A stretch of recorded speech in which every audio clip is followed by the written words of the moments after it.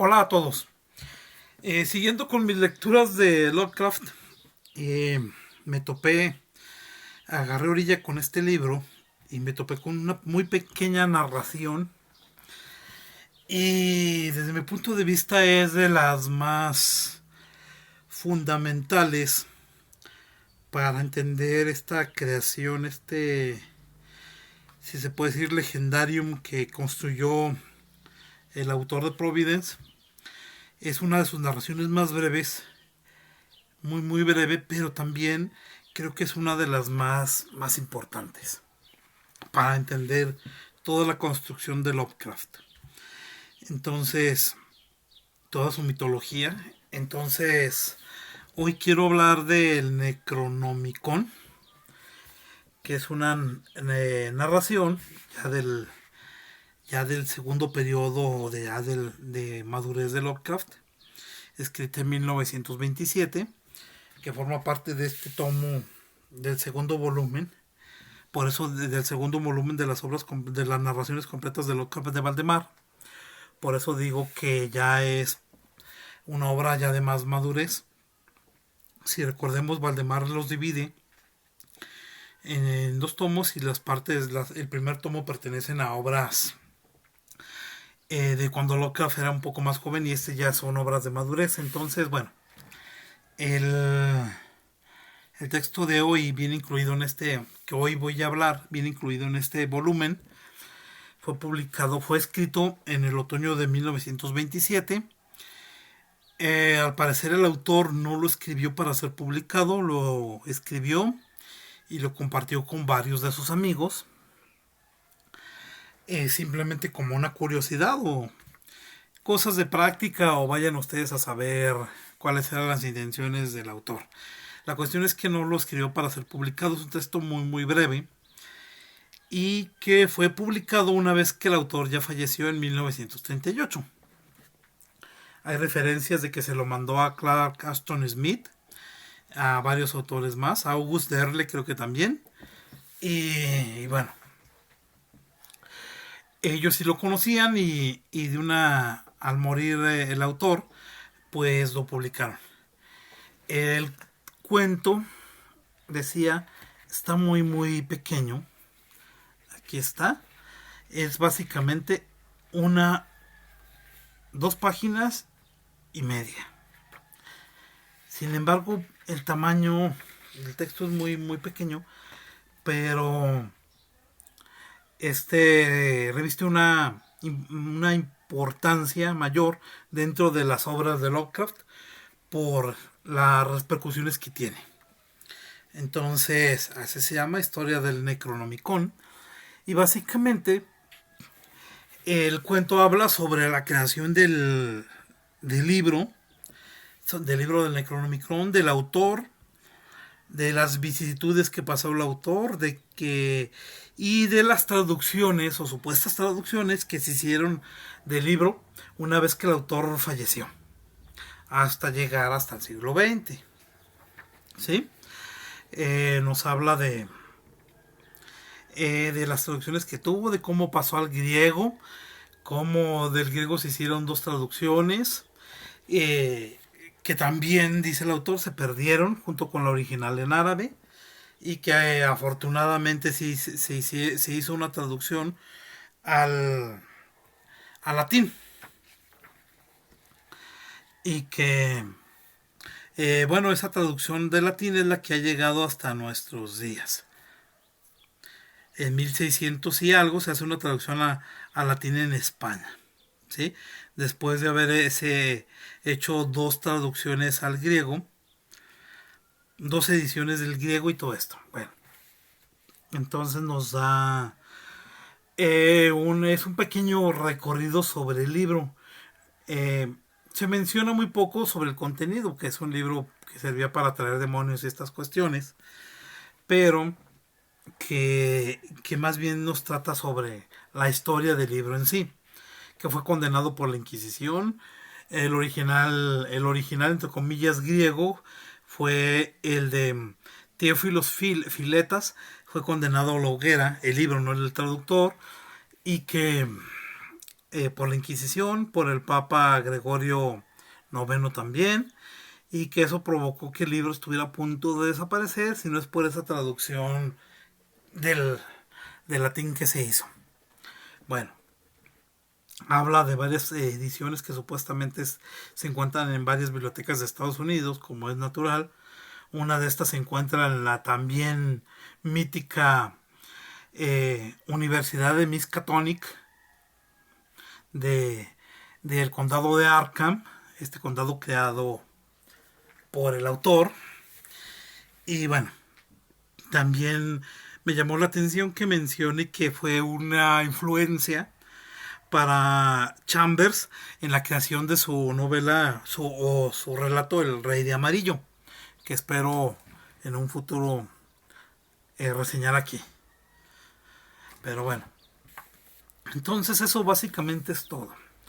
Es un relato muy corto, pero sin embargo decía es de mucha importancia para toda la construcción de los mitos de Cthulhu, yo así le digo, de los mitos de Cthulhu, del autor y de los demás cuentos que no tengan que ver con los mitos de Cthulhu necesariamente. Al grado de que en la narración, en la pequeña narración se menciona que el autor del libro era musulmán de dientes para afuera, pero que él lo que realmente hacía era adorar a unos dioses ancestrales muy antiguos de nombre Yog, Sotot y Cthulhu, ¿sí? Entonces vemos cómo el libro también se va encadenando dentro de todas estas cuestiones de los mitos de Cthulhu. Bueno, eso sería todo lo que tiene que ver por un lado con el cuento o relato muy corto, pero a mí también me llamó la atención otras cuestiones. Primero, que este es el relato más borgiano o borgesiano. Yo digo que se debe decir borgesiano, pero bueno, más borgiano del autor, de los que he leído. Al leerlo fue inevitable recordar y hacer comparaciones con Borges.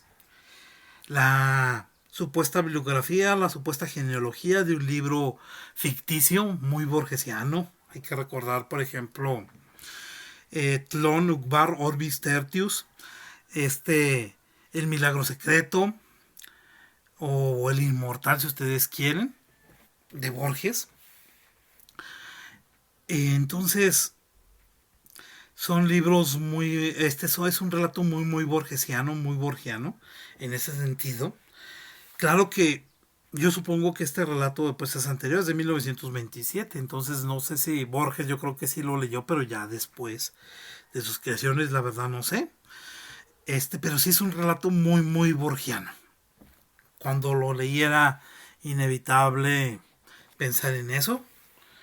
Lo leí unas 2 o 3 veces. Si uno se puede dar el lujo con ese relato. De hecho cabe mencionar que en esta edición de Valdemar, las notas son más grandes que el relato en sí.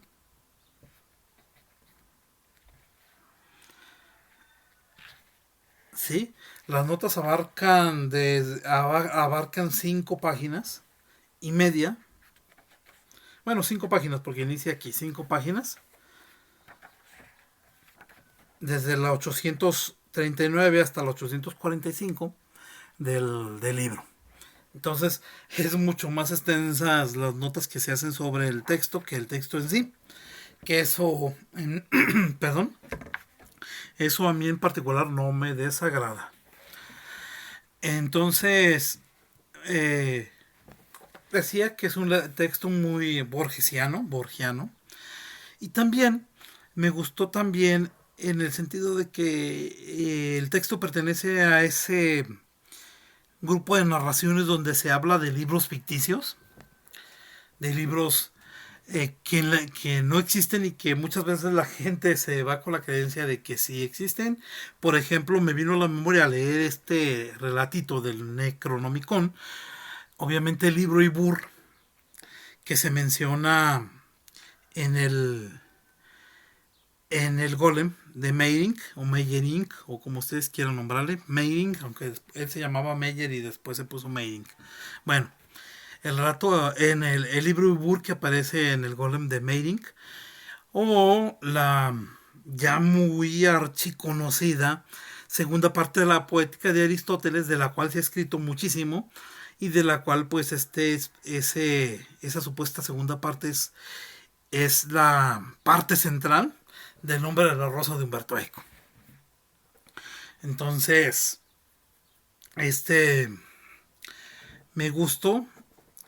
Se, a pesar de su brevedad, sí noto cierto empaque de escritor con Lovecraft. Vengo diciendo que el autor para mí no es un gran autor, y lo sigo diciendo.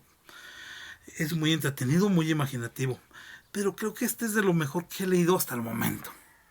A pesar de su muy escasa, muy escasa longitud. El texto, digo, es muy breve. Es de lo mejor que he leído de Lovecraft, la verdad. Está entre, creo que este y el caso de Charles Dexter Ward, creo que están a la cabeza. Decía ya anteriormente que el llamado de Cthulhu a mí me decepcionó bastante, bastante el final, pero bueno, este textito está muy bien, está bien construido, no es nada del otro mundo tampoco, nada del otro mundo, pero está muy bien construido, muy bien llevado, muy bien concluido. Es casi se puede decir que una ficha bibliográfica del texto del Necronomicon. Entonces, bueno, hasta ahorita estas son las lecturas que llevo de Lovecraft. Seguiré avanzándole. En cuanto tenga otra, pues eh, la comentaremos. Aquí está gente muy antigua que fue el relato anterior, entonces llevo la orilla de este.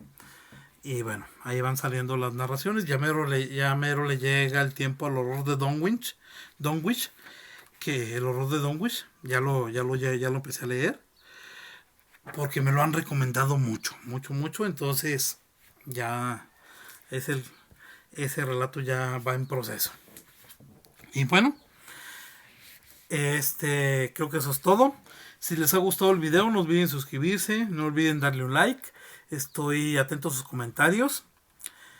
Estoy atento a sus peticiones. Si quieren hacerme un comentario, una sugerencia, que les pueda sacar de alguna duda de un libro, si puedo, con gusto lo hago. Y bueno, creo que eso es todo. Repito, no olviden dejar su comentario, no olviden darle un like, no olviden suscribirse. Y nos vemos la próxima. Y muchas gracias.